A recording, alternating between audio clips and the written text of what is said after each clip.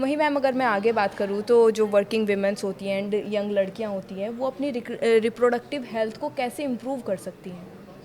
देखिए, reproductive health की हम बात करते हैं तो it is also starts from screening, है ना। इट स्टार्ट्स फ्रॉम प्रिवेंशन, जी स्क्रीनिंग, है ना। ट्रीटमेंट तो बाद में करेंगे जब कोई प्रॉब्लम हो जाएगी। बिल्कुल। तो प्रिवेंशन में आप ठीक है अपनी हेल्दी डाइट ले रहे हो, जो हमने लाइफस्टाइल पे बार बार जोर दिया है कि आप अपनी हेल्दी लाइफस्टाइल ले रहे हो, पूरी नींद ले रहे हो, अच्छा खा रहे हो, जंक फूड्स कम ले रहे हो, अल्कोहल कम ले रहे जी। हो और स्मोकिंग नहीं कर रहे हो, है ना।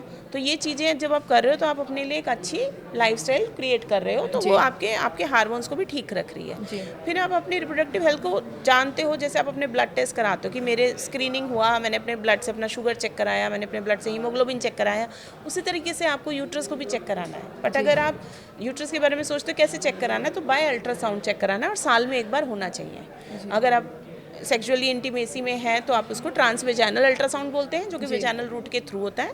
यंग गर्ल्स का पेट से कर सकते हैं, एब्डोमिनल स्कैन, तो साल में एक बार आपने वो स्कैन कराना है।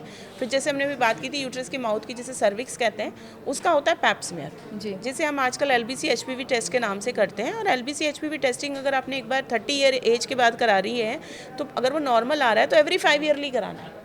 तो ये स्क्रीनिंग है एक्चुअली, आपने अपने यूट्रस को, अपने सर्विक्स को स्क्रीन करा लिया। और अगर आप लेस देन 30 है तो आप प्लेन पैप्स या प्लेन LBC करा रहे हो, तो एवरी 3 ईयर्स में कराना है। जी और फिर जब एक एज बढ़ती है फीमेल की, तो पूरा एक अपना एज भी बढ़ रहा है, अब वो 40 के प्लस चली गई, तो आपको अपने ब्रेस्ट को भी स्क्रीन आउट कराना है। तो ओके ब्रेस्ट सेल्फ एग्जामिनेशन आपको खुद यंग गर्ल्स को करनी है घर में, कि कोई लंप या गांठ तो नहीं फील हो रहा। जी और बड़े लोगों के लिए मैमोग्राफी भी है, जो कि 40 ईयर के बाद हर साल के लिए आपके ब्रेस्ट का एक एक्सरे है जो एडवाइस किया जाता है। तो ये जो 3-4 टेस्ट होते हैं, ये आपके बेसिकली फीमेल्स के लिए अलग हैं। जो जनरली आप अपने ब्लड टेस्ट ही सिर्फ करा रहे हैं, उसके अलावा हार्ट के फंक्शंस चेक करा रहे हैं, उसके लिए अपने रिप्रोडक्टिव फंक्शंस को भी चेक कराना है बाय अल्ट्रासाउंड, बाय आपके सर्वाइकल स्क्रीनिंग और ब्रेस्ट के लिए मैमोग्राफी।